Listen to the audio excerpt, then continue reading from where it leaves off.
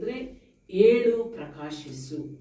ಏಳು ಪ್ರಕಾಶಿಸು ಎಂಬುದಾಗಿ ನೋಡುವಾಗ ನಮ್ಮ ಜೀವಿತದಲ್ಲಿ ಏನಿದೆ, ನಾವು ನಿದ್ರಾಸ್ಥಿತಿಯಲ್ಲೇ ಇದ್ದೇವೆ. ಇನ್ನು ಯಾವ ಸ್ಥಿತಿಯಲ್ಲಿ ಇದ್ದೇವೆ? ನಾವಿನ್ನೂ ನಿದ್ರೆ ಮಾಡ್ತಾನೆ ಇದ್ದೀವಿ. ನಾವಿನ್ನೂ ಹಿಂದಿನ ಕಾಲದಲ್ಲೇ ಇದ್ದೇವೆ. ನಾವಿನ್ನೂ ದೇವರಿಗೆ ಇನ್ನು ದೂರವಾಗೇ ಇದ್ದೇವೆ. ನಾವು ಸಮೀಪಸ್ಥರಾಗಿ ಇಲ್ಲ. ಕರ್ತನು ಏನ್ ಮಾಡ್ತಾ ಇದ್ದಾನೆ ಅಂತಂದ್ರೆ, ನಮ್ಮನ್ನು ಯಾವಾಗ್ಲೂ ಅದನ್ನು ಕರೆಯುವಂತ ದೇವರು, ನಮ್ಮನ್ನು ಯಾವಾಗ್ಲೂ ಅದನ್ನು ಪ್ರೀತಿಸುವಂತ ದೇವರಾಗಿದ್ದಾನೆ.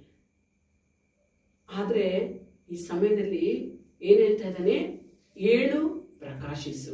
ಪ್ರಕಾಶಿಸು ಅಂತಂದಾಗ ಈ ಒಂದು ಲೈಟ್, ಫಾರ್ ಎಕ್ಸಾಂಪಲ್ ಒಂದು ಲೈಟ್ ಇರುತ್ತೆ. ಆ ಒಂದು ಲೈಟು ನೋಡುವಾಗ ಅದು ಸ್ವಲ್ಪ ಡಿಮ್ ಆಗಿ ಇರುತ್ತಲ್ವಾ? ಆ ಡಿಮ್ ಆಗಿರುವಾಗ ಏನಾಗುತ್ತೆ, ಕೆಲವು ಹುಳಗಳೆಲ್ಲ ಬಂದು ಅದನ್ನ ಆವರಿಸ್ಕೊಂಡು ಇರುವುದನ್ನ ನಾವು ಗಮನಿಸ್ತೀವಿ. ಆದ್ರೆ ಯಾವಾಗ ಲೈಟ್ ಪರ್ಫೆಕ್ಟ್ ಆಗಿ ಬೆಳಕು ಅನ್ನೋದು ಅವಾಗ ಬರ್ತದೋ, ಅವಾಗ ಯಾವ ಹುಳಗಳು ಕೂಡ ಅದರ ಮಧ್ಯದಲ್ಲಿ ಪ್ರವೇಶ ಮಾಡ್ಲಿಕ್ಕೆ ಸಾಧ್ಯನೇ ಇಲ್ಲ. ಹಾಗಾದ್ರೆ ಏನಂತ ಅರ್ಥ? ನಾವು ಆ ಒಂದು ಲೈಟ್ ಯಾವ ರೀತಿಯಾಗಿ ಪ್ರಕಾಶಮಾನವಾಗಿ ಉರಿಯುತ್ತೋ ಅದೇ ರೀತಿ ನಮ್ಮ ಜೀವಿತದಲ್ಲಿ ಕತ್ತಲೆಯಾದಂತ ಈ ಲೋಕದಲ್ಲಿ, ಪಾಪವೆಂಬ ಈ ಲೋಕದಲ್ಲಿ ನಾವು ಇತರರಿಗೆ ಬೆಳಕಾಗಬೇಕು. ನಾವು ಇತರರಿಗೆ ಒಂದು ಉಪಕಾರ ಮಾಡುವಂತಹ